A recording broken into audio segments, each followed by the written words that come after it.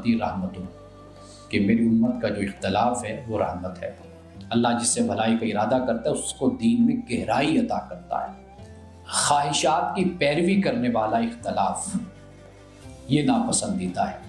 حج کے موقع پر اللہ سبحانہ و تعالیٰ نے، آپ جانتے ہیں کہ 3 چیزوں کو اللہ نے حرام کیا، منع کیا: رفث، فسوق اور جدال۔ جھگڑا ہمیشہ یاد رکھیے کہ یہ روحانیت کا، سکون کا دشمن ہوتا ہے۔ اختلاف دشمن نہیں ہے، جھگڑا دشمن ہے۔ کلی خیر تو اسلام میں ہے نا، فرقوں میں تو کلی خیر نہیں ہے نا، جزئی خیر ہے۔ اپنی تربیت کی ہمیں شدید ضرورت ہے کہ ہم اپنی تربیت کریں، اپنا جائزہ لیتے رہیں، اپنے آپ کو دیکھتے رہیں کہ میں کہاں غلط ہوں، کہاں صحیح ہوں، اور میں نے بات کی ہے تو اس میں تلخی تو نہیں کی، میں نے کسی کے ساتھ زیادتی تو نہیں کی۔ الحمدللہ رب العالمین،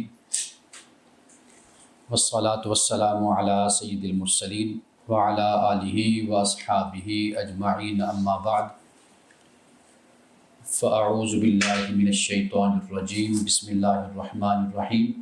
فقہ القلوب کا مستقل عنوان اور فقہ القلوب کے ماتحت فقہ الادب۔ فقہ الادب میں مختلف موضوعات پر اب تک ہم نے بات کی ہے۔ آج ہماری گفتگو کا جو موضوع ہے وہ بہت ہی اہم ہے، اس کی بہت زیادہ ضرورت ہے ہماری تربیت کی، ٹریننگ کی، اور تربیت ٹریننگ نہ ہونے کی وجہ سے ہمارے ہاں جھگڑے اور فساد اور جدال یہ بہت زیادہ ہے۔ اور وہ ہمارا جو موضوع ہے وہ ہے اختلاف کے آداب، کہ ہم اگر دوسرے سے اختلاف کرتے ہیں تو اس کا طریقہ کار کیا ہونا چاہیے اور اس کے آداب کیا ہوتے ہیں۔ یہ سب سے بڑا موضوع ہے ہمارے معاشرے کا، سماج کا، خاندان کا، ہمارے گھروں کا۔ میں یہ کہا کرتا ہوں کہ اختلاف کو آپ کبھی ختم نہیں کر سکتے، لیکن اختلاف کی تربیت، تعلیم اور اختلاف کے آداب یہ آپ ضرور سکھا سکتے ہیں۔ اگر ہم ذرا اس پر غور کریں، اگر توجہ کریں، تو آپ یہ غور اور توجہ سے اس نتیجے پہ پہنچیں گے کہ اللہ سبحانہ و تعالیٰ نے ہمیں ایک دوسرے سے مختلف پیدا کیا ہے۔ آپ دیکھ لیجئے کہ 5 ارب اگر انسان ہے تو میری شکل اور صورت کے کتنے انسان ہو سکتے ہیں؟ دنیا کی تحقیق کے مطابق 2 ہو جائیں گے، 3 ہو جائیں گے، یہی تحقیق ہے۔ تو آپ اندازہ کیجئے کہ 5 ارب انسانوں میں سے میری شکل کے 1 ہیں یا 2 ہیں یا 3 ہو جائیں گے، اس سے زیادہ انسان نہیں ہے۔ تو یہ جو ورائٹی ہے، اس کے لیے میں ورائٹی کا لفظ بولتا ہوں، یعنی ویریشن آف تھاٹ جس کو کہا جاتا ہے، اس لیے کہ اسلام میں اس کی بڑی تحسین ہے، اس کی بڑی تعریف ہے کہ اگرچہ یہ روایت کمزور ہے لیکن ہے بالکل عقل کے عین مطابق۔ وہ ہے کہ اختلاف امتی رحمتوں، کہ میری امت کا جو اختلاف ہے وہ رحمت ہے۔ تو تھوڑا سا اس پر اگر آپ غور کر لیں، اس پر اگر آپ توجہ کریں کہ ایک چیز بالکل فطری ہے، ہماری تخلیق میں ہے، ہمارے وجود میں ہے، وہ کیا ہے؟ وہ ہے اختلاف۔ دنیا میں آپ کو جو رنگ نظر آتا ہے یہ سارا اختلاف کا رنگ ہے۔ انسانی شکلوں میں اختلاف ہو، انسان کے قد کاٹ کا اختلاف ہو، انسان کی سوچ اور فکر کا اختلاف ہو، انسان کی وابستگیوں کا اختلاف ہو، یہ سارے اختلاف اس دنیا میں موجود ہیں۔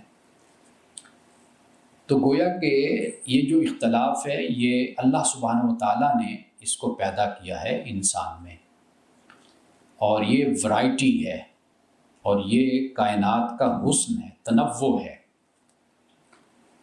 آپ قرآن مجید کا مطالعہ کریں تو قرآن مجید میں بھی آپ کو تنوع، ہمارے استاد کہا کرتے تھے، بلکہ مفسرین کرام نے بھی یہ لکھا ہے کہ جب آپ قرآن مجید پڑھتے ہیں تو یہ ایسا ہوتا ہے کہ جیسے آپ ٹرین میں بیٹھے ہوئے ہیں۔ آپ ٹرین کی کھڑکی والی جو سیٹ ہے وہ آپ لے لیں، وہ ویسے بھی لوگوں کو بڑی پسند ہوتی ہے کہ باہر کے نظارے اور منظر انسان دیکھتا ہوا گزرتا ہے۔ تو ہمارے استاد اور مفسرین کرام نے یہ لکھا ہے کہ آپ ٹرین میں بیٹھے ہیں اور کھڑکی کے پاس آپ دیکھیے کہ آپ جیسے سفر آپ کا چلتا ہے، بڑھتا چلا جاتا ہے، تو کبھی پہاڑ آ رہے ہیں، کبھی کھلے میدان آ رہے ہیں، کبھی محلے گزر رہے ہیں، کبھی آپ دیکھتے ہیں کہ دریا سے آپ گزر رہے ہیں، کبھی نہر سے گزر رہے ہیں۔ یہ قرآن مجید ہمارے استاد کہتے تھے کہ اس طرح ہے کہ آپ جب قرآن مجید پڑھتے ہیں تو اس طرح کبھی کسی کا ذکر ہو رہا ہے، کبھی کسی کا ذکر ہو رہا ہے، کبھی اللہ سبحانہ و تعالیٰ آپ کو پہاڑوں کے منظر بیان کر رہا ہے، کبھی سمندر کو بیان کر رہا ہے، کبھی اللہ سبحانہ و تعالیٰ بارش کا ذکر کر رہا ہے، کبھی رات اور دن کی تخلیق کا ذکر ہو رہا ہے، اور کبھی آسمان اور زمین کی تخلیق کا ذکر ہو رہا ہے۔ یہ طریقہ ہے، یعنی گویا کہ جسے ہم ڈائیورسٹی کہتے ہیں انگلش میں، تنوع، یہ بنیاد ہے انسان کی۔ اس کو جب تک ہم نہیں سمجھیں گے اس وقت تک ہماری طبیعتوں میں جبر رہے گا، ہماری طبیعتوں میں ڈکٹیٹرشپ رہے گی، ہماری طبیعتوں میں ظلم رہے گا۔ یہ جو انسان کی خواہش ہوتی ہے کہ بس جو میں کہہ رہا ہوں اس کو مانا جائے، اس کو تسلیم کیا جائے، اس کو قبول کیا جائے، اس کو ہی بس اختیار کر لیا جائے، تو یہ انسان کے نفس کا یہ دھوکہ ہوتا ہے کہ جس بنیاد پر وہ یہ چاہتا ہے کہ ہر شخص بس میرا ہی غلام بن جائے۔ تو لہٰذا قرآن مجید کو جب ہم پڑھتے ہیں، قرآن مجید کا جب ہم مطالعہ کرتے ہیں اور رسول اللہ صلی اللہ علیہ وسلم کی احادیث کو ہم پڑھتے ہیں، روایات کو، تو یہ بات تو اظہر من الشمس ہو جاتی ہے، بالکل واضح ہو جاتی ہے کہ اختلاف یہ اللہ نے انسان کی فطرت میں رکھا ہے۔ آپ اس اختلاف کو آپ کوئی بھی نام دے لیں، جیسے میں نے ورائٹی کا یا ویریشن آف تھاٹس اس کو آپ کہہ لیجئے، وہ مختلف الفاظ ہیں، آپ اس کے لیے استعمال کریں، لیکن یہی چیز انسان کی تعمیر میں بھی کردار ادا کرتی ہے، اور یہی چیز انسان کی تباہی میں اور اس کی شخصیت و اس کے خاندان کو تباہ کرنے میں بھی یہی چیز کردار ادا کرتی ہے۔ آپ اس کو جب سمجھ جائیں گے تو آپ کی انفرادی، خاندانی اور آپ کی اجتماعی زندگی پرسکون ہو جائے گی۔ آپ ایک نظریہ رکھیں گے، ایک خیال رکھیں گے، آپ دوسرے کو بھی حق دیں گے کہ وہ اپنا نظریہ اور اپنا خیال وہ رکھے، اور اس کو بھی پورا اختیار ہونا چاہیے۔ اب یہ بات یاد رکھیے کہ دو حوالوں سے ہم اپنے سامنے اس بات کو رکھتے ہیں۔ ایک حوالہ یہ ہے کہ علماء کا اختلاف ہوتا ہے۔ علماء میں بھی دو قسم کے لوگ ہوتے ہیں۔ ایک طبقہ وہ ہوتا ہے جو واعظین کا طبقہ ہوتا ہے، نصیحت کرنے والوں کا۔ رسول اللہ صلی اللہ علیہ وسلم نے جن کے بارے میں یہ کہا کہ بھئی وہ بارش برستی ہے تو وہ اس بارش سے استفادہ کرتے ہیں، یہ لوگ ہوتے ہیں ایک۔ ان کا جو معاملہ ہوتا ہے یا ذہنی ان کی استعداد اور صلاحیت جو ہوتی ہے وہ اتنی ہوتی ہے کہ وہ پڑھ کر سنا دیتے ہیں، یعنی ان کے پاس علم ہوتا ہے لیکن وہ اس علم کو نصیحت کے لیے، واعظ کے لیے، لوگوں کی تربیت کے لیے استعمال کرتے ہیں۔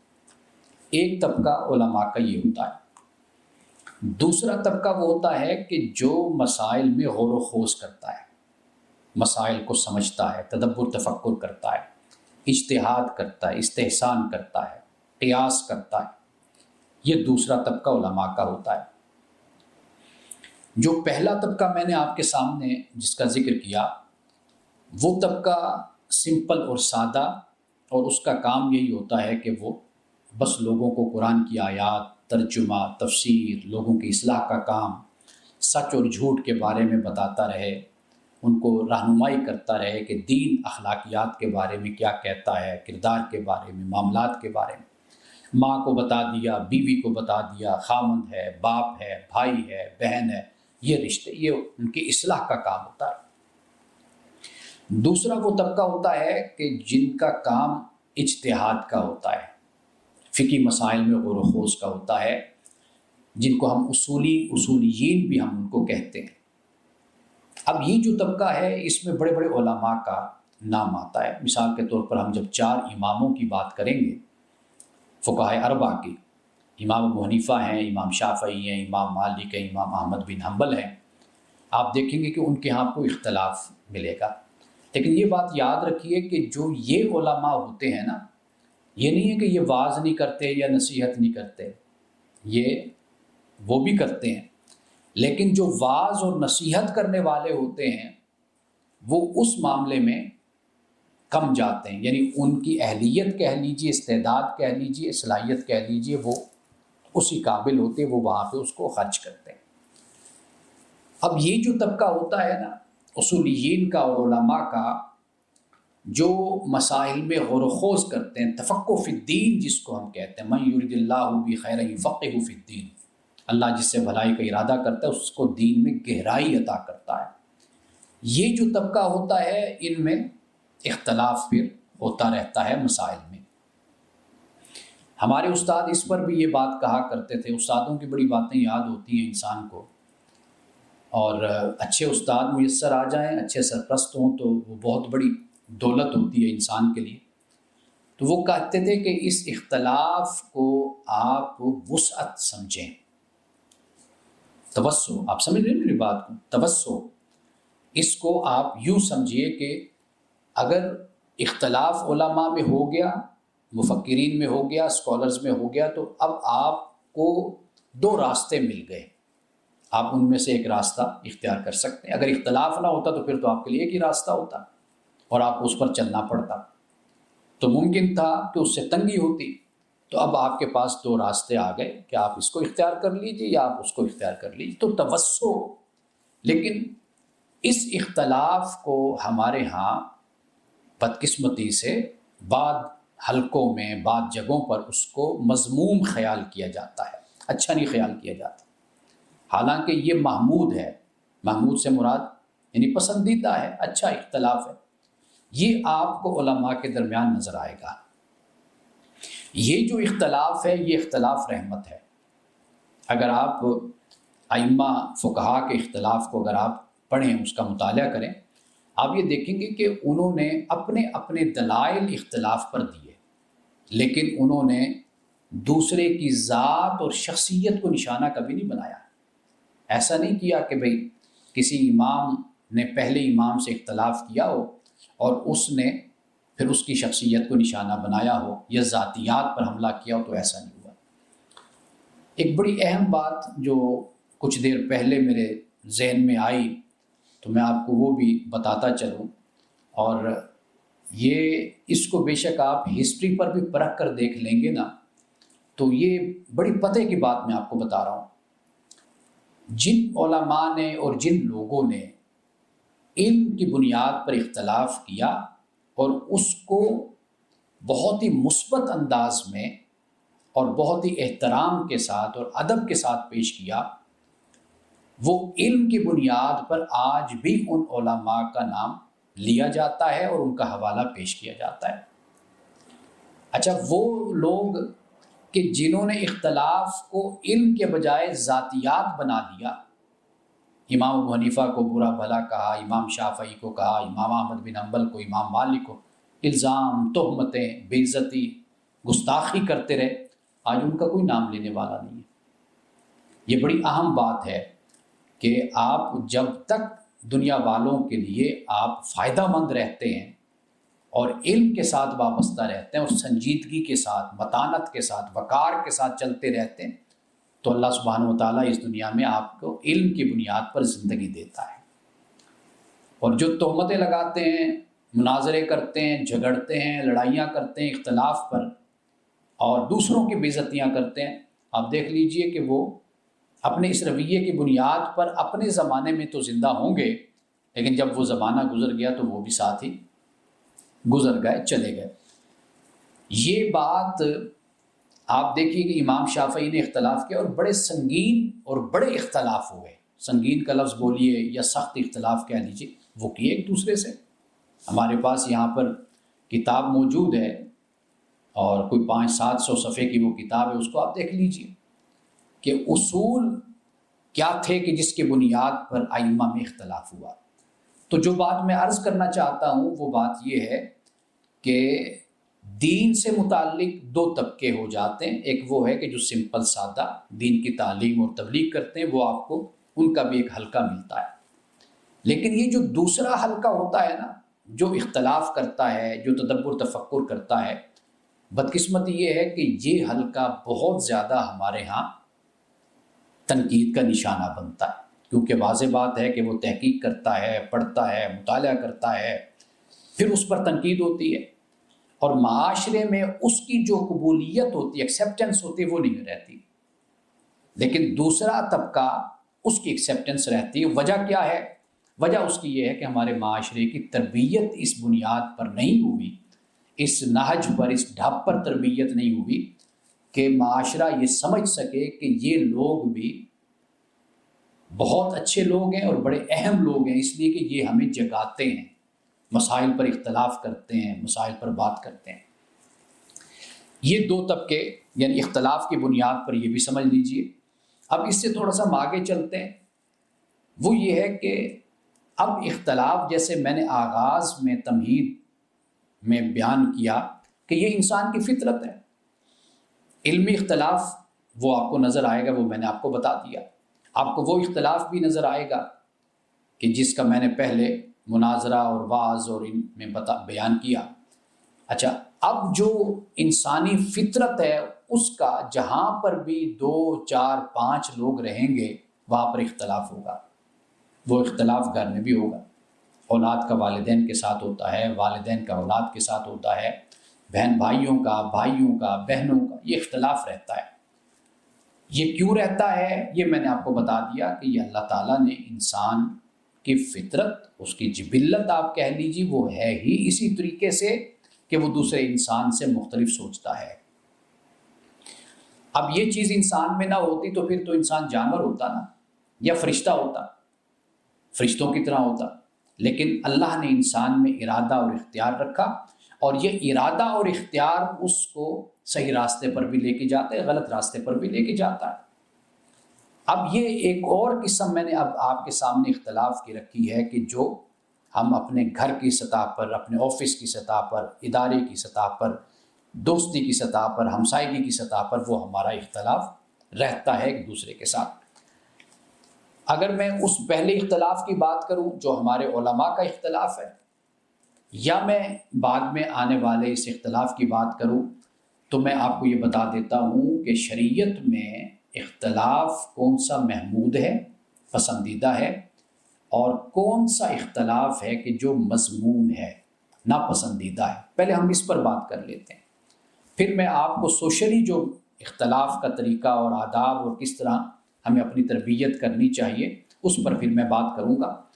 تربیت کی بہت ضرورت ہے، ماں ہے، باپ ہے، بھائی ہے، بڑا ہے، چھوٹا ہے، بزرگ ہے، تربیت ہمارے معاشرے میں نہیں ہے۔ اس کا سب سے زیادہ فقدان ہے، ہمیں اس بارے میں کوئی پتہ نہیں ہے، خبر نہیں ہے، انداز کہ بھئی ہم نے اپنے جذبات کو بھی چینلائز کرنا ہے، ہم نے اپنے جذبات کو بھی ہم نے ایک سسٹم میں لانا ہے۔ ہم اپنے جذبات کو ظاہر کرنا چاہتے ہیں، اظہار کرنا چاہتے ہیں، تو ہمیں اپنے جذبات کے اظہار کا کیا طریقہ اختیار کرنا چاہیے۔ ہم اندر ہی گھٹ گھٹ کے مر جاتے ہیں۔ ہم اپنی بات نہ ماں باپ کو کہہ سکتے ہیں، نہ ماں باپ اپنے ایگو میں اور اپنی ذات میں اس طرح ہوتے ہیں کہ وہ اولاد کے ساتھ کوئی بات کرنا ان کو مشکل لگتا ہے۔ ایسے بہت سے مسائل ہیں۔ وجہ کیا ہے؟ وجہ یہ ہے کہ اس نہج پر اور اس طریقے پر ہم نے تربیت نہیں کی، نہ اپنی کی ہے، نہ ہم نے آگے اپنے بچوں کی کی۔ یہ بڑے مسائل ہیں ہمارے گھروں میں۔ اب دیکھیے کہ جو محمود اختلاف ہے جسے ہم کہتے ہیں کہ پسندیدہ اختلاف ہے، جو اچھا اختلاف ہے۔ سب سے پہلے تو ہم اس اختلاف پر بات کر لیتے ہیں کہ جو مذموم ہے، ناپسندیدہ ہے۔ ایک تو خواہشات کی پیروی کرنے والا اختلاف، یہ ناپسندیدہ ہے۔ قرآن مجید نے سورۃ البقرہ کی آیت نمبر 213 ہے، وہاں پر یہ فرمایا کہ مختلف فیہ الا الذین اوتوہ من بعد ما جاءتہم البینات بغیا بینہم، کہ نشانیاں آ گئیں، پیغمبر آ گیا، لیکن اس کے باوجود حسد اور ضد کی وجہ سے انہوں نے اختلاف کیا۔ تو یہاں سے یہ بات ہم اپنی معاشرتی اور سماجی زندگی میں بھی اگر اس بات پہ غور کریں گے تو ہمیں یہ معلوم ہو جاتا ہے کہ وہ اختلاف پسندیدہ نہیں ہے کہ جس اختلاف میں ہم اپنی خواہشات کی پیروی کرتے ہیں۔ خواہشات کی پیروی کیا ہوتی ہے؟ وہ یہ ہوتی ہے کہ ہم ضد سے، ہٹ درمی سے، اپنی انا سے، ایگو کی وجہ سے ہم دوسرے کی صحیح بات کو رد کر دیتے ہیں۔ یعنی ماں اپنی بیٹی یا بیٹے کی بات کو اس لیے رد کرے گی کہ میں ماں ہوں تو مجھے بھلا یہ کہتی ہے کہ بھیا اختلاف کرتی ہے مجھ سے، بے شک بیٹی صحیح بھی ہو یا بیٹا صحیح بھی ہو۔ تو پہلی بات جو قرآن پاک نے بیان کی ہے وہ یہ ہے کہ خواہشات کی جو پیروی کرنے والا اختلاف ہوتا ہے وہ ناپسندیدہ ہوتا ہے۔ اور اگر آپ غور کریں تو بنیادی طور پر یہی اختلاف ہی ہوتا ہے گھروں میں، میاں بیوی کے درمیان بھی ہوگا تو یہی اختلاف ہوگا۔ اولاد اگر اپنے ماں باپ سے اختلاف کرے گی تو بنیادی طور پر یہی اختلاف ہوگا، وہ یہ کہ میں نے اپنی مرضی کرنی ہے یا میری یہ بات ہے، میں نے اس کو کرنا ہی کرنا ہے، میں نے نہیں سننا آپ کیا کہنا چاہتی ہیں یا کہنا چاہتے ہیں، میں نے اس کو نہیں سننا، بس میری مرضی، میں نے یہ کرنا۔ ایک تو یہ بات یاد رکھ لیجئے۔ دوسری بات یہ ہے کہ جو تفرقہ کا باعث بنتا ہے، جدائی کا باعث بنتا ہے اور تفرقہ پیدا کرتا ہے، فرقہ واریت پیدا کرتا ہے، وہ اختلاف بھی مذموم ہوتا ہے۔ قرآن پاک نے اس کو بیان کر دیا کہ من الذین فرقوا دینہم وکانوا شیعا کل حزب بما لدیہم فرحون۔ سورۃ الروم قرآن مجید کی 30ویں سورت اور آیت نمبر 32 ہے، جہاں پہ اللہ نے یہ بات بیان کی ہے۔ اب اس کو ہم اپنی زندگیوں پر بھی اپلائی کر سکتے ہیں۔ تفرقہ بازی، جیسے گھروں میں سیاست ہوتی ہے، خاندانوں میں سیاست ہوتی ہے، وہ سیاست یہی ہوتی ہے کہ بھئی ایک دھڑا ادھر ہو گیا، ایک دھڑا ادھر ہو گیا، اور پھر ان دھڑوں نے آپس میں یہ نہیں دیکھنا کہ کون حق پر ہے، کون سچ پر ہے، یہ نہیں دیکھنا، انہوں نے اپنے دھڑے کی اور اپنے گروپ کی اور اپنے گروہ کی انہوں نے حمایت کرنی۔ گھروں میں یہ تقسیم بھی ہمیں نظر آتی ہے۔ اب ایک اور بات جو قرآن نے اختلاف کو مذموم قرار دیا، یہ بڑی اہم بات ہے، اور وہ بات یہ ہے کہ گواہی بدل لی جاتی ہے، گواہی بدل دی جاتی ہے۔ یعنی مثال کے طور پر قرآن نے جس پس منظر میں جو قرآن نے بات کی ہے وہ میں آپ کے سامنے رکھ دیتا ہوں۔ قرآن مجید نے اس پس منظر میں بات کی ہے کہ دیکھیے کہ رسول اللہ صلی اللہ علیہ وسلم تشریف لائے، آپ کا ذکر پہلے کتابوں میں بھی موجود ہے، علامات، نشانیاں، بشارتیں تورات میں، بائبل میں وہ موجود ہیں۔ اب رسول اللہ کی آمد اور بعثت سے پہلے خود قوم یہود رسول اللہ کا ذکر کرتی تھی، بتاتی تھی کہ ہماری کتابوں میں آپ کا ذکر ہے، مانتی تھی، لیکن جیسے آپ آئے تو آپ کے آنے کے بعد اس نے گواہی کو چھپانا شروع کر دیا۔ ان الذین یکتمون ما انزلنا من البینات والہدی ما بیناہ للناس فی الکتاب اولئک یلعنهم اللہ ویلعنهم اللاعنون۔ یہ سورۃ البقرہ میں اللہ پاک نے یہ فرمایا کہ یہ چھپاتے ہیں جو ہم نے نازل کیا، بینات، نشانیاں اور ہدایت۔ اب یہ چھپانا جو ان سا ہے، اس کو بھی اگر ہم دیکھیں تو ہمارے ہاں باتوں کو چھپانا، سچائی کو بیان نہ کرنا، صرف اس وجہ سے کہ ہم جس کے حامی ہیں، جس سے ہمارا تعلق ہے، جو ہماری حمایت کرتا ہے، وہ بات غلط بھی کر رہا ہے یا صحیح بھی، لیکن ہم نے اس کی حمایت ہر صورت میں کرنی، تو گواہی کو چھپانا اس سے سختی سے منع کیا گیا۔ ایک اور اہم بات میں آپ کو بتاتا چلوں، حج کے موقع پر اللہ سبحانہ وتعالیٰ نے، آپ جانتے ہیں کہ 3 چیزوں کو اللہ نے حرام کیا، منع کیا: رفث، فسوق اور جدال۔ رفث، فسوق اور جدال۔ رفث سے مراد یعنی جنسی گفتگو، اس سے منع کیا۔ فسوق سے مراد گالم گلوچ ہے، اور جدال سے مراد جھگڑا ہے۔ جھگڑا ہمیشہ یاد رکھیے کہ یہ روحانیت کا، سکون کا دشمن ہوتا ہے۔ اختلاف دشمن نہیں ہے، جھگڑا دشمن ہے۔ وہ اختلاف کے جو انا اور ذاتیات پر کھڑا ہو جائے، جھوٹی گواہی پر کھڑا ہو جائے، جو اختلاف انسان کا تفرقہ بازی پر آ جائے، تو وہ اختلاف پھر جدال بن جاتا ہے، جدل بن جاتا ہے، جھگڑا بن جاتا ہے۔ اور جھگڑا اللہ تعالیٰ نے حج کے موقع پر اس لیے منع کیا کہ یہ جو جھگڑا ہے، یہ حج ہے، روحانی سفر انسان کا، اسپرچل جرنی ہے۔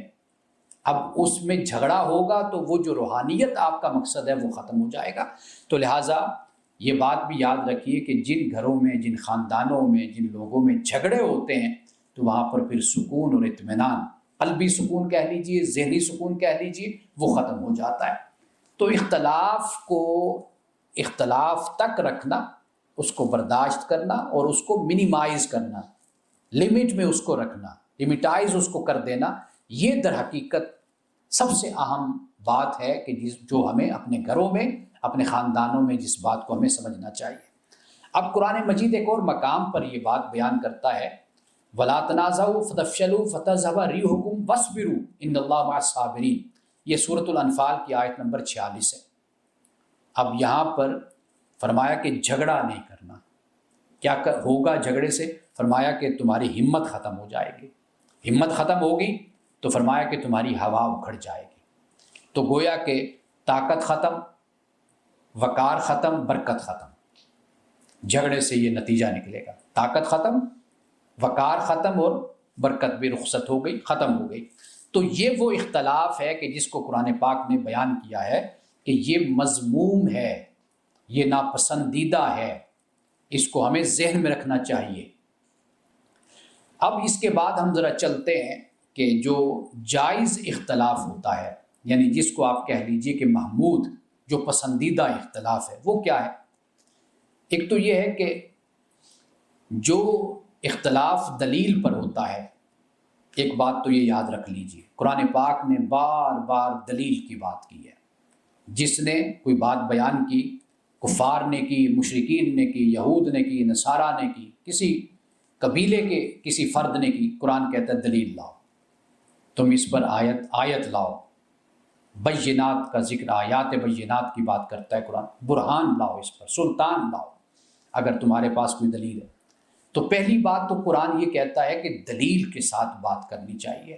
آپ اختلاف کریں، بے شک کریں اختلاف، اور اختلاف کرنے کا پورا حق ہے ہر شخص کو، اور یہ حق اگر مجھے حاصل ہے، میں اپنا حق کہتا ہوں یہ میرا ہے، تو پھر ہر کسی کا یہ حق ہے۔ یہ نہیں ہو سکتا کہ میرا تو حق ہو تو باقی کسی کا نہ ہو۔ ایک بڑی خوبصورت بات آپ کو ضمناً سناتا چلوں، اور بڑی کمال کی یہ بات ہے، شاید پہلے میں نے بیان کی یا نہیں کی، کہ حضرت مجدد الف ثانی بزرگ تھے رحمۃ اللہ تعالیٰ علیہ، تو ان سے کسی نے کہا جی مجھے نصیحت کیجیے، تو انہوں نے جو نصیحت کی، اس پر جو مرید تھے وہ پریشان سے ہو گئے کہ یہ ہمیں کیا انہوں نے نصیحت کر دی۔ انہوں نے کہا کہ نہ زندگی میں کبھی خدا بننا، نہ زندگی میں کبھی رسول بننا۔ اب آپ خود دیکھیے کہ اس نصیحت سے تو ہم جیسے لوگ سارے پریشانی ہو جاتے ہیں کہ بھئی اس میں کیا ایسی بات انہوں نے بیان کی ہے۔ بڑی اہم بات ہے، بزرگوں کے جو اقوال ہوتے ہیں، بزرگوں کی جو نصیحتیں ہوتی ہیں، ان میں ایک سمندر بند ہوتا ہے۔ جب انہوں نے کہا کہ نہ خدا بننا زندگی میں، نہ کبھی رسول بننا، تو وہ کہنے لگے کہ حضرت یہ کیسے ممکن ہوتا ہے، کوئی خدا بھی بنتا ہے بھلا کوئی رسول بھی بنتا ہے؟ تو بزرگوں نے فرمایا کہ خدا بننے سے مراد یہ کہ تم یہ چاہو کہ جو میں چاہوں بس وہ ہو جائے، بس دنیا اس کو کر ڈالے جو میرا ارادہ، میرا اختیار، میری مشیت، میری چاہت وہ ہر صورت میں ہو جائے۔ انسان چاہتا ہے، کبھی ہو جاتا ہے، کبھی نہیں ہوتا۔ اللہ سبحانہ و تعالیٰ قرآن مجید میں فرماتا ہے فعال لما یرید، کہ اللہ کر گزرنے والا ہے جو وہ چاہتا ہے۔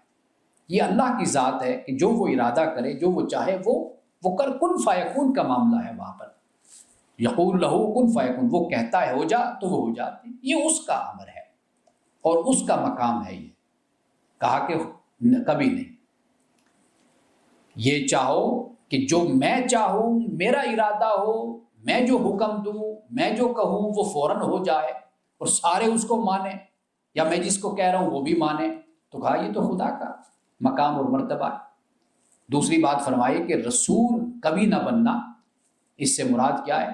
اس سے مراد یہ ہے کہ تم یہ چاہو کہ لوگ میری فرما برداری کریں، لوگ میرے پیچھے چلیں. تو کہا کہ نہیں، یہ دوسری بات بھی ہے. تو لہٰذا انسان کو، ایک مومن کو، مسلمان کو اپنے ذہن سے یہ بات نکال دینی چاہیے کہ میں جو کہوں دنیا اس کو مانے. یا میں گھر میں ہوں تو میری بیوی، میرے بچے سب میرے حکم کے سامنے سرنگو ہو جائیں، سر کو جھکا دیں. یا میں بیوی ہوں تو سارے میری بات کو مانیں. یا میں سربراہ ہوں، بڑا ہوں، چیف ہوں، تو لہٰذا سارے کے سارے میری اطاعت و فرما برداری کریں، اس آمرانہ سوچ کے ساتھ. باقی نظم کو قائم کرنا یہ ایک علیحدہ بات ہوتی ہے. سسٹم کو قائم رکھنا، ایک نظم کو، ایک امیر ہوتا ہے جماعت کا، وہ ایک علیحدہ بات ہے. یعنی اس کو آپ اس کے ساتھ مکس اپ نہ کیجئے گا، یہ پھر بات بڑی کنفیوزڈ ہو جائے گی. یعنی یہ دونوں علیحدہ علیحدہ باتیں ہیں. دوسری بات، قرآن کہتا ہے کہ اے ایمان والو اللہ اور اس کے رسول کی اطاعت کرو. اللہ رسول کی اطاعت غیر مشروط ہوتی ہے. میری اطاعت ہو، فرما برداری ہو، والدین کی ہو، استاد کی ہو، کسی بڑے کی ہو، چھوٹے کی ہو، وہ اطاعت جو ان سی ہے وہ مشروط ہے، کنڈیشنل ہے. اللہ رسول کی جو اطاعت ہے وہ انکنڈیشنل ہے، غیر مشروط ہے. تو لہٰذا میری اطاعت یا میری بات کو اس وقت مانا جائے گا کہ جو میری بات اللہ اس کے رسول کی بات سے ٹکرائے گی نہیں. لا طاعۃ لمخلوق فی معصیۃ الخالق.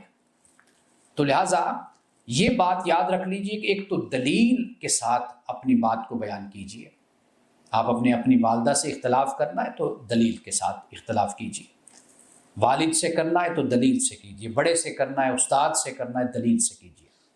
دوسری بات یہ کہ آپ اختلاف کریں خیر چاہتے ہوئے.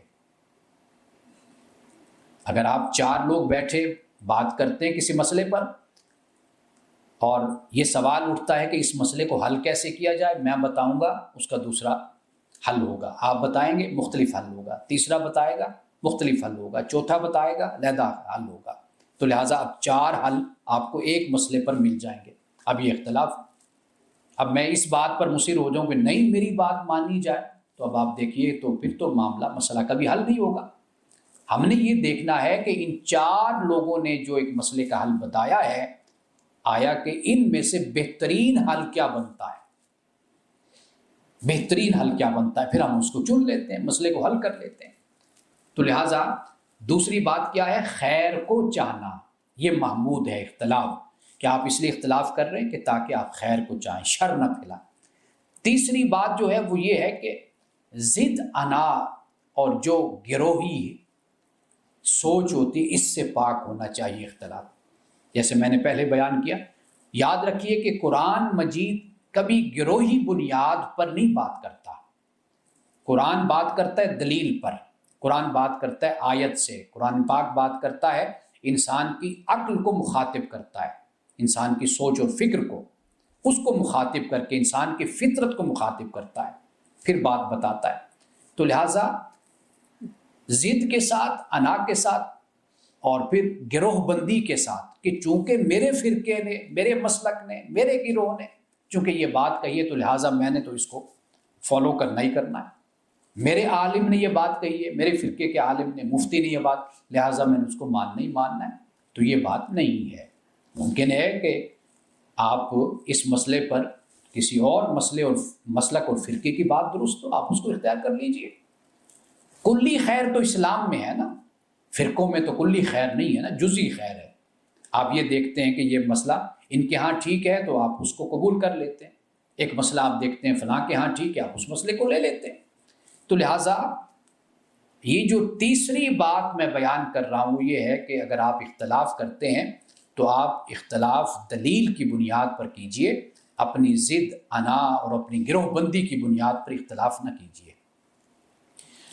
چوتھی بات جو محمود بات ہے، پسندیدہ اختلاف ہے، وہ یہ ہے کہ قرآن و سنت کی لمٹس کے اندر اختلاف ہونا چاہیے. جو اللہ نے آپ کو اجازت دی ہے اور جو سنت میں ہے آپ اس کو اس حد میں، اس لیمٹس میں رہتے ہوئے، لیمیٹیشنز میں آپ اختلاف کریں۔ اب قرآن کیا فرماتا ہے؟ دیکھیے قرآن پاک میں اصول بیان ہیں، پرنسپلز، بنیادی باتیں قرآن نے بیان کی ہیں۔ بہت سے مسائل ہیں کہ جو پھر ہماری زندگی سے متعلق ہیں، جن میں ہمیں قرآن نے، سنت نے یہ اجازت دی ہے کہ وہاں پر آپ اختلاف کر سکتے ہیں، اجتہاد کر سکتے ہیں۔ اور پھر اختلاف، آخری نقطہ جو اہم ہے وہ یاد کر لیجئے، وہ یہ ہے کہ اختلاف آپ نے کرنا ہے بہترین فہم کی تلاش میں۔ بہترین فہم سے مراد یعنی بہت اچھی انڈرسٹینڈنگ کے لیے آپ اختلاف کرتے ہیں، آپ چاہتے ہیں کہ ہم بہتر طریقے سے بات کو سمجھ سکیں۔ تو یہ 4-5 باتیں ہیں کہ جن کو ہم کہہ سکتے ہیں کہ یہ جو اختلاف ہے یہ محمود اختلاف ہے۔ یعنی پہلی بات دلیل کے ساتھ کیجئے، دوسری بات یہ ہے کہ ہرگز شر کے لیے نہ کیجئے، خیر کے لیے کیجئے، تیسری بات ہے کہ ضد انا نہیں ہونی چاہیے، گروہ بندی اس سے پاک ہو کر بات کیجئے، قرآن و سنت کی حدود کے اندر رہتے ہوئے بات کیجئے، اور آخری بات کہ بہترین فہم کے لیے آپ بات کو سمجھنا چاہتے ہیں۔ مثال کے طور پر اگر آپ نے ایک عالم کی بات کو سنا یا انہوں نے ایک آیت کی تشریح کر دی، اب آپ کسی اور عالم کو بھی سن لیجئے، ممکن ہے کہ وہ اس آیت کی تشریح اور بہتر طریقے سے کریں۔ آپ ایک مسئلے کو آپ نے سنا، آپ اس مسئلے پر ایک عالم سے مطمئن نہیں ہوئے، آپ دوسرے عالم کو سن لیجئے۔ جس طرح آپ ڈاکٹر کے پاس جاتے ہیں، اگر ایک ڈاکٹر کی بات سے آپ مطمئن نہیں ہوتے، دوسرے ڈاکٹر کے پاس جاتے ہیں، اس سے پوچھتے ہیں کہ یہ مرض ہے، یہ بیماری، یہ تکلیف ہے، اس کا علاج کیا ہوگا۔ آپ 2-4 ڈاکٹرز کے پاس جا کر پھر ان میں سے ایک ڈاکٹر کو چن لیتے ہیں۔ یہی طریقہ دین میں اختیار کر لیجئے، لیکن اپنی عقل کو بند مت کیجئے۔ جو عقل ہر جگہ پر چل رہی ہے، استعمال ہو رہی ہے، اسے دین کے فہم کے لیے، دینی مسائل کے فہم کے لیے اس کو ضرور استعمال کیجئے۔ اب آئیے خاص طور پر میں والدین کے حوالے سے ایک نقطہ نظر جو قرآن بیان کرتا ہے اس کو میں واضح کر دوں۔ قرآن مجید نے احسان کی بات کی ہے والدین کے ساتھ، کہ والدین کے ساتھ احسان کرو، حسن سلوک سے پیش آؤ۔ قرآن مجید نے جہاں اللہ اور اس کے رسول کی اطاعت کی بات کی، وہاں پر اولی الامر کی بات کی ہے۔ اولی الامر حکمران ہو گئے، عمراء ہو گئے، جو آپ کے امیر ہیں، علماء ہو گئے، ان کی اطاعت کی بات کی۔ والدین دونوں کی بات قرآن نے احسان اور حسن سلوک سے کہا کہ ان کے ساتھ رویہ رکھو، لیکن والدہ کے حق کو قرآن نے زیادہ بیان کیا ہے، مختلف الفاظ میں، وہن علی وہن، کرہم و وداعت کرہا، کمزوری برداشت کر کے جنم دیا، تکلیف پر تکلیف اٹھا کر جنم دیا۔ قرآن پاک نے اس کو بیان کیا۔ والدہ کے مقام اور مرتبہ کو اور حیثیت کو قرآن نے زیادہ ویلیو دی، زیادہ اہمیت دی، زیادہ اس کو بیان کیا، اس کی قدردانی کی۔ بات دونوں کی لیکن آگے جا کر پھر ماں کا ذکر کیا۔ اب دیکھیے قرآن پاک سورۃ لقمان میں، سورۃ لقمان کی آیت نمبر 15 ہے، وہاں پہ اللہ سبحانہ و تعالیٰ اس مسئلے کو کتنی خوبصورتی سے حل فرما دیتا ہے۔ کاش ہم اس طرح قرآن کو پڑھیں، قرآن کو سمجھیں، تو ہمارے جو معاشرتی، خاندانی، سماجی مسئلے ہیں، علمی مسئلے ہیں ہمارے، وہ چٹکی میں حل ہو جائیں۔ یعنی یہ جتنے پہاڑ نظر آتے ہیں، قرآن بس ایک بات کہتا ہے، جملہ بولتا ہے، پورے مسئلے کو قرآن حل کر دیتا ہے۔ اب دیکھیے قرآن کہتا ہے وَإِن جَاهَدَاكَ عَلَىٰ أَن تُشْرِكَ بِي مَا لَيْسَ لَكَ بِهِ عِلْمٌ، اگر تیرے والدین تجھے مجبور کرتے ہیں کہ تم میرے ساتھ شریک ٹھہرا، کسی اور کو اللہ کے سوا چھوڑ کر، اللہ کو چھوڑ کر کسی اور کو میرے ساتھ شریک ٹھہرا، یہ تجھے مجبور کرتے ہیں، تو فرمایا مَا لَيْسَ لَكَ بِهِ عِلْمٌ، جس کا تجھے علم بھی نہیں ہے۔ علم سے مراد یہ ہے کہ جب قرآن علم کی بات کرتا ہے، قرآن عقل اور نقل کی بات کرتا ہے، ٹھیک ہے جی؟ یعنی نقل سے مراد یہ ہے کہ بھئی تم جو یہ بات کہہ رہے ہو حوالہ دو نا، کہاں پر قرآن نے بیان کیا، کہاں تورات میں بیان کیا، کہاں انجیل میں بیان، یہ بتاؤ، حوالہ دو اس کا۔ ایک تو نقل، ہم اس کو ٹیکسٹ، جس کو ہم عربی میں، انگلش میں ٹیکسٹ کہتے ہیں اور عربی میں متن کہتے ہیں ہم اس کو۔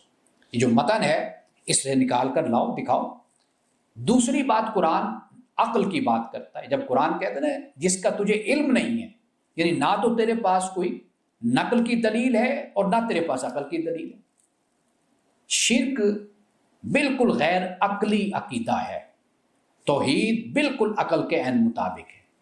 اس لیے کہ وہ خدا کہ جو انسان کو پیدا کرتا ہے، نتھنگنیس سے ایگزسٹنس میں لاتا ہے، پھر ساری زندگی کے مراحل گزارتا ہے، انسان کو وہاں سے عطا کرتا ہے جس کا انسان تصور بھی نہیں کر سکتا، اور انسان کو وہ کچھ عطا کر دیتا ہے کہ جو انسان کی محنت کا نتیجہ بھی نہیں ہوتا. میں اگر بیٹھا آپ کو دیکھ رہا ہوں تو یہ آنکھیں میری کوئی محنت کا نتیجہ ہے. میں سن رہا ہوں تو کیا یہ میری محنت ہے کوئی کہ جس کے بدلے میں خدا نے مجھے یہ دے دیا؟ میں چلتا ہوں، میں پھرتا ہوں، میں صحت مند ہوں، سوتا ہوں، پڑھتا ہوں، تو کیا یہ کوئی اللہ نے جو انعام مجھ پر کر دیا، مجھے بدلہ دے دیا، تو کیا میں نے کوئی نعوذ باللہ کوئی احسان کیا میں نے؟ نہیں، اللہ تعالیٰ نے یہ مجھے چیزیں، یہ نعمتیں اللہ نے مجھے عطا کی ہیں. تو وہ بات کہ جو شرک کرتے ہیں وہ بتائیں، ثابت کریں کہ جو بے جان ہے، بت ہے، جو کچھ نہیں کر سکتا، جو مر گیا، قبر میں چلا گیا، زمین میں دفن ہو گیا، وہ تمہارے لیے کیا کرے گا؟ یہ وہ بات ہے کہ یہ ان کو خدا سمجھتے ہیں، خدا مانتے ہیں. تو اللہ نے کیا کہا کہ وَإِن جَاهَدَاكَ عَلَىٰ أَن تُشْرِكَ بِي مَا لَيْسَ لَكَ بِهِ عِلْمٌ، اگر یہ تجھے مجبور کرے نا والدین کہ تو شرک کر، ویسے پہلے فرما دیا کہ والدین کے ساتھ احسان کرو، اس نے سلوک سے پیش آؤ، ماں کی تکلیف کو بھی بیان کر دیا، سب کچھ بیان کر دیا، لیکن آگے پھر جا کے بیان کیا کہ اگر مجبور کرے تو فرمایا کہ فَلَا تُطِعْهُمَا، پھر ان کی اطاعت نہیں کرنی. اب بات یہاں پر نہیں ختم کی قرآن نے، کیونکہ ممکن ہے کہ اولاد یہ سمجھ لے کہ اگر مجھے دین کے خلاف والدین کچھ کہیں تو بس میں نے ان سے کٹ آف کر دینا ہے، تعلقات بالکل منقطع کر دینے ہیں، میں نے گھر چھوڑ دینا ہے، میں نے بھاگ جانا ہے، اور میں نے پھر ان کو ملنا ہی نہیں ہے، بالکل ہی تعلق ختم کر دینا. نہیں، قرآن نے کیا کہا؟ وَصَاحِبُهُمَا فِي الدُّنْيَا مَعْرُوفًا، فرمایا کہ دنیا کے معاملات میں ان کے ساتھ اچھے طریقے سے چلتے رہو، ان کے ساتھ اچھا سلوک کرتے رہو، اچھے معاملات لے کر چلتے رہو. اب یہ جو بات ہے یہ اتنی اہم بات ہے، جہاں سے یہ بات سمجھ آ جاتی، یہ نقطہ واضح ہو جاتا ہے کہ سنگین سے سنگین اختلاف بھی ہو، شدید سے شدید تر اور ترین اختلاف بھی ہو، تو وہاں پر بھی قرآن کہتا ہے اختلاف اپنی جگہ پر رکھ لو، وہ اپنی جگہ پر قائم رہے، لیکن آپ والدین کے ساتھ حسن سلوک اور محبت اور پیار سے اور دنیا کے معاملات میں شریک ہوتے رہے. اب یہ وہ رویہ ہے جو اسلام ہم میں پیدا کرتا ہے. رسول اللہ صلی اللہ علیہ وسلم سے جب حضرت اسماء نے یہ کہا کہ یا رسول اللہ میری والدہ آئی ہیں اور وہ والدہ جو ہیں وہ میری مشرکہ ہیں، تو میں کیا ان کی خدمت کر سکتی ہوں، ان کو میں تحفے تحائف دے سکتی ہوں؟ تو فرمایا بالکل دے سکتے. تم یہ دیکھو وہ تمہاری ماں ہے. یہی معاملہ باپ کا بھی ہے. ابو قحافہ سیدنا ابو بکر صدیق کے والد فتح مکہ کے موقع پر مسلمان ہوئے، لیکن ہمیشہ ادب اور احترام کی تلقین فرمائی گئی. تو یہ اگر نقطہ ہم سمجھ جائیں نا، ہماری زندگیوں میں آسانی پیدا ہو جائے. وہ یہ ہے کہ اختلاف اپنی جگہ پر رکھا جائے. یہاں پہ میں آپ کو ایک بات سناؤں. جرمن کے سفیر تھے، تو ہم بیٹھے تھے کہیں پر، سیمینار تھا، تو وہاں پر وہ آئے. اب وہ ایک بات بڑی میں آپ کو جو سمجھانا چاہتا ہوں وہ اس عملی مثال سے بات سمجھ آ جائے گی. وہ کہنے لگے کہ میرے بیٹے نے بال کٹوائے، اور جیسے لوگ بچے نوجوان کٹوا لیتے ہیں بال، کوئی ڈیزائن بنوا لیتے ہیں، آس پاس سے بالکل منوا لیے بال، شیو کروا لیے، درمیان میں رکھ لی، جیسے عجیب عجیب قسم کے ڈیزائن. تو وہ کہتے ہیں کہ بھائی مجھے میرے والد نے کہا، یعنی بچے کے دادا نے، کہ دیکھو یہ کیا کروا کے پھر رہا ہے، اس کو سمجھاؤ، یہ کوئی طریقہ ہے بھلا اس طرح بال رکھنے کا؟ تو کہتے ہیں کہ میں نے پھر اپنے بیٹے کو بڑے پیارے طریقے سے سمجھایا، لیکن میں نے اسے یہ کہا کہ دیکھو مجھے آپ کے اس طریقے سے اختلاف ہے، میں اس طریقے کو پسند نہیں کرتا، مجھے اس سے اختلاف ہے، لیکن اس اختلاف کے باوجود آپ کے ساتھ میں ملتا رہوں گا، میری سلام دعا، میرا تعلق، میرا سب کچھ جو میری ذمہ داری وہ میں ادا کرتا رہوں گا، لیکن آپ کے اس طریقے سے مجھے اختلاف ہے. یہ ان کی تہذیب ہے، اپنی مغربانہ، جو بھی آپ اس پر تنقید کر سکتے ہیں، آپ کو اختیار ہے، لیکن آپ دیکھیے کہ یہ چھوٹی سی بات، اس کو اگر ہم پیش نظر رکھ لیں، ہم تو کیا کرتے ہیں کہ اختلاف جب ہوتا ہے نا ہمارا، ہم اس اختلاف پر ایک دوسرے کے ساتھ زندگی بھر کے لیے ہم اتنی اپنی اناق اور اپنی ذاتیات کو بیچ میں لاتے ہیں کہ ہم ایک ہی گھر میں کئی دن رہ کر آپس میں گفتگو بھی نہیں کرتے، کئی دن گزر جاتے ہیں۔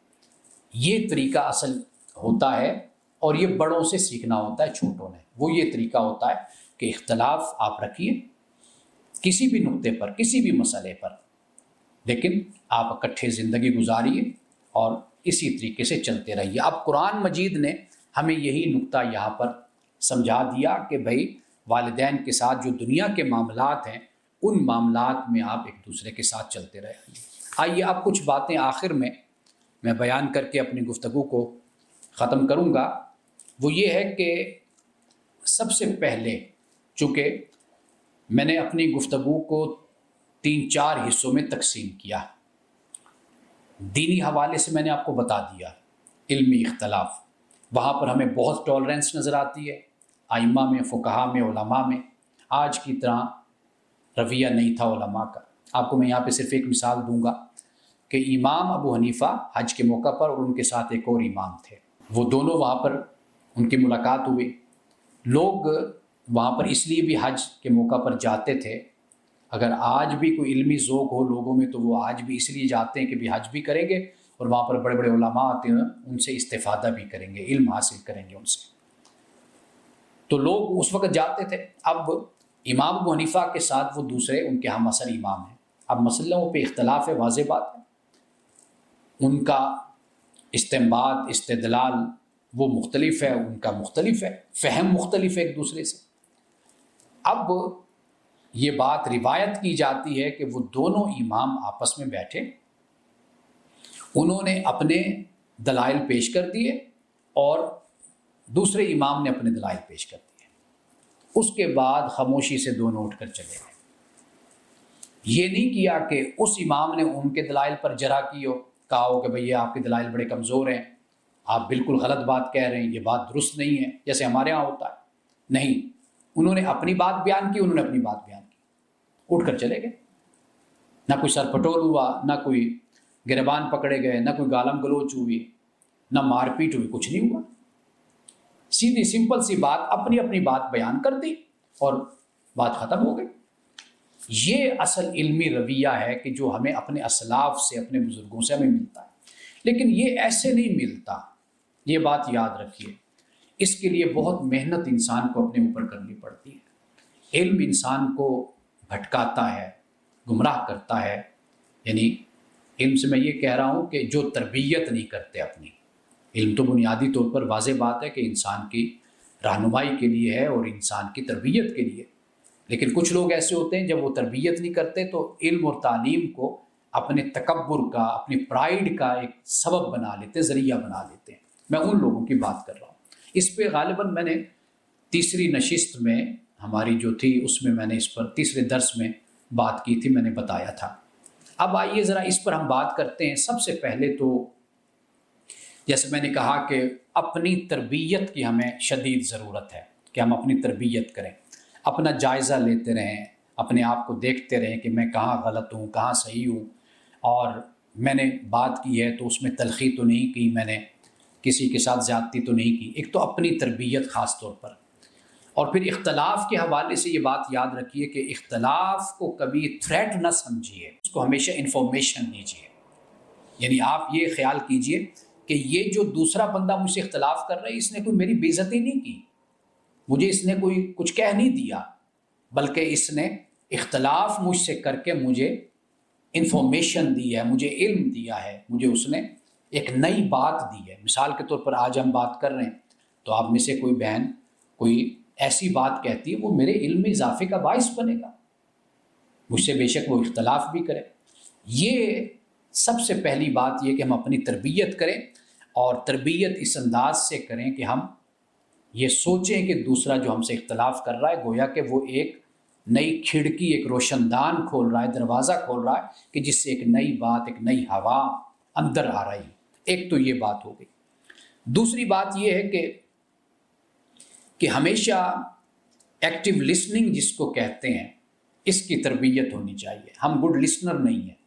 گڈ اسپیکر تو بن جاتے ہیں، ہم بولتے ہیں، لیکن ہمارے اندر ایکٹیو لسننگ یا گڈ لسننگ یہ ہمارے اندر نہیں. ہمیں یہ بھی خوبی اپنے اندر پیدا کرنی چاہیے. ٹھیک ہے جی. یعنی آپ پہلے دوسرے کی بات کو اچھے طریقے سے سمجھیے. کچھ لوگ ہوتے ہیں وہ چپ اس لیے بیٹھے ہوتے ہیں، وہ اپنی باری کا انتظار کر رہے ہوتے ہیں. وہ اس لیے نہیں بیٹھے چپ کہ بھئی وہ توجہ سے سن رہے ہیں دوسرے کی بات. توجہ سے سننے کے بجائے وہ اپنی باری کے انتظار میں ہوتے ہیں، کب یہ چپ کرے تو میں شروع ہوں، میں اپنی بات کروں.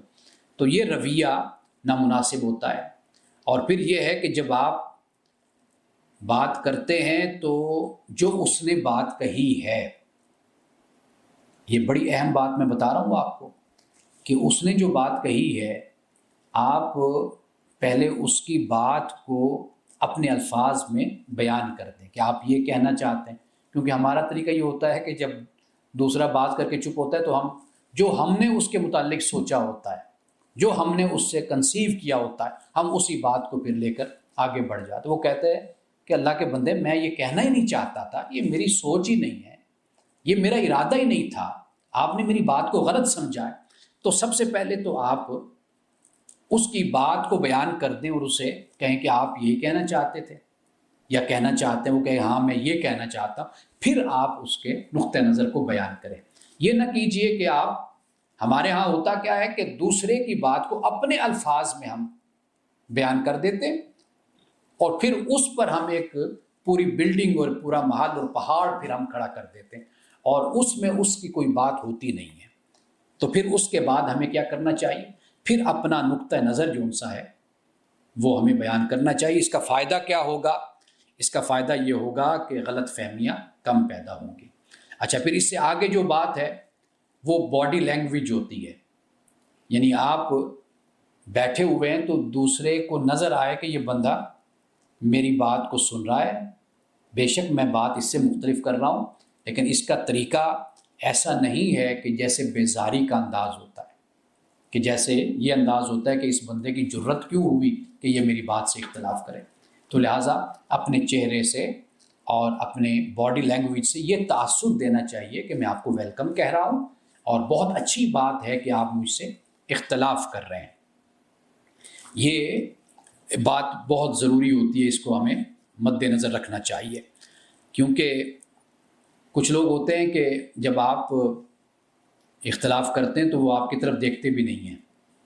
اس لیے نہیں دیکھتے کہ بھئی آپ اس کی بات کو میں اہمیت ہی نہ دوں، یہ اس قابل ہی نہیں ہے کہ میں اس کو اہمیت دوں.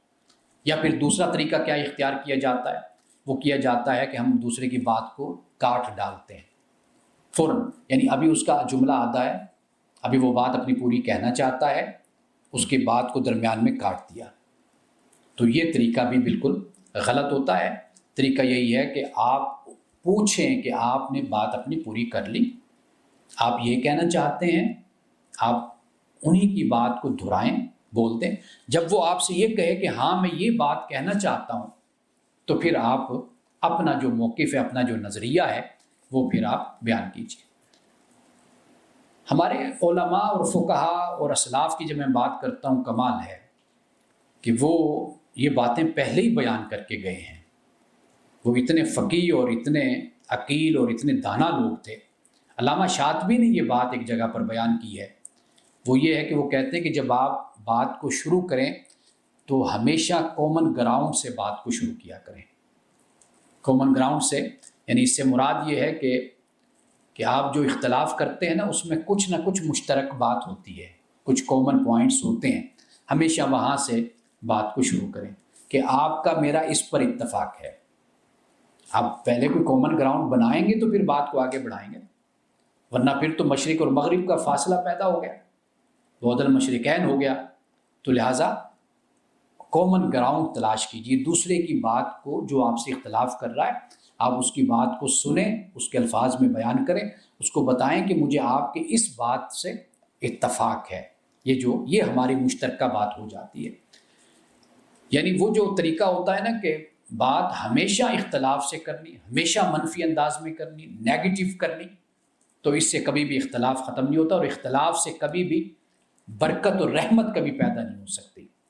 تو لہٰذا اس بات کو ہمیشہ ذہن میں رکھ لیجئے کہ اکثر طور پہ ایسا ہوتا ہے کہ بات دونوں ایک کر رہے ہوتے ہیں لیکن طریقہ مختلف ہوتا ہے، اصول ایک ہوتے ہیں، حکمت عملی مختلف ہوتی ہے۔